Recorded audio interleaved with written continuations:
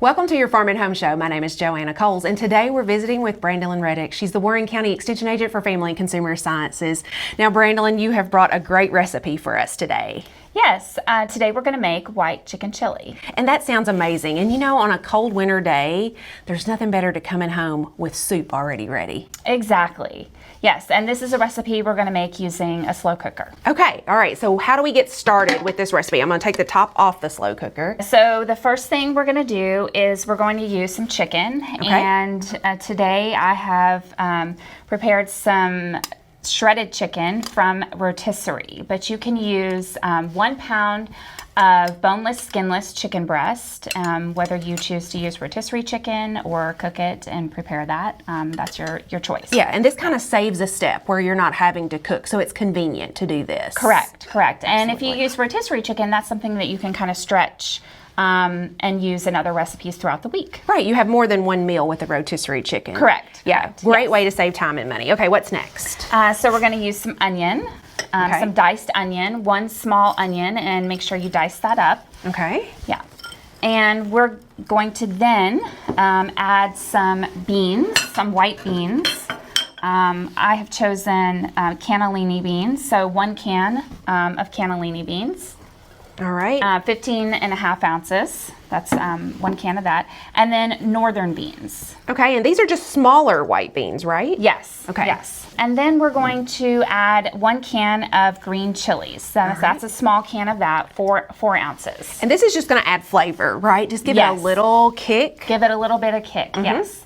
And then we're going to add 1 cup of corn. Okay, and can you use fresh, frozen? Does it matter? It doesn't matter. But Okay. that is frozen corn. Okay. And when we use frozen vegetables, sometimes that can save on our recipe as well. Okay. When we use frozen ingredients. So this recipe altogether costs $8.94. So that's relatively inexpensive. Now, how many servings? Does it feed quite a bit of people? This recipe will feed 6 people. Okay. And 1.5 cups per serving. Okay. Yes. Awesome. So it'll I'm sorry. feed a lot of people. Yes. For little money. Yes, exactly. Like I said, total $8.94 or $1.49 per serving. Awesome. Yes. So next we're going to add garlic powder, 1 teaspoon.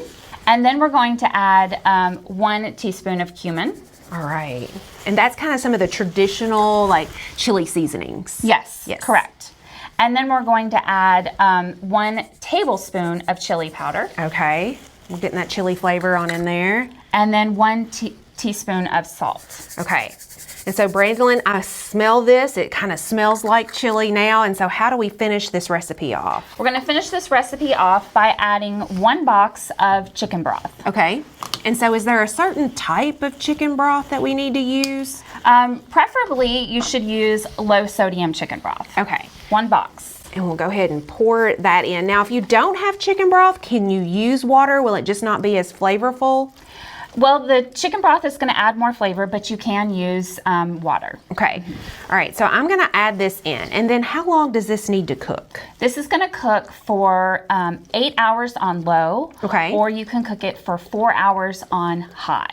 And that's the great thing about using slow cookers is you can, add all those ingredients in the morning, let it cook on low all day, and then it's ready to eat when you get home. Absolutely. And now I'm thinking when we put this in a bowl that we're going to add cheese, avocado, jalapenos even maybe. There's all kinds of things that you can really customize this that will add to the cost somewhat, but whatever your family enjoys. Yes, or even make some homemade bread to go with it. That would be a wonderful side to do too. Absolutely. Yes. Now, we were talking before we got on air about how if you wanted your chili thicker, how do we do that? Yes, so after you've let it cook for the 8 hours or the 4 hours, depending on whether you want to cook it on low or high, you can thicken this up by adding just a little bit of milk and some cornstarch to create that thickness to it. Okay. And so when do we add that? You would do that towards the end, and then you would let it cook for an additional 20 minutes on high. All right, Brandalyn. Now, this recipe is featured in the nutrition calendar.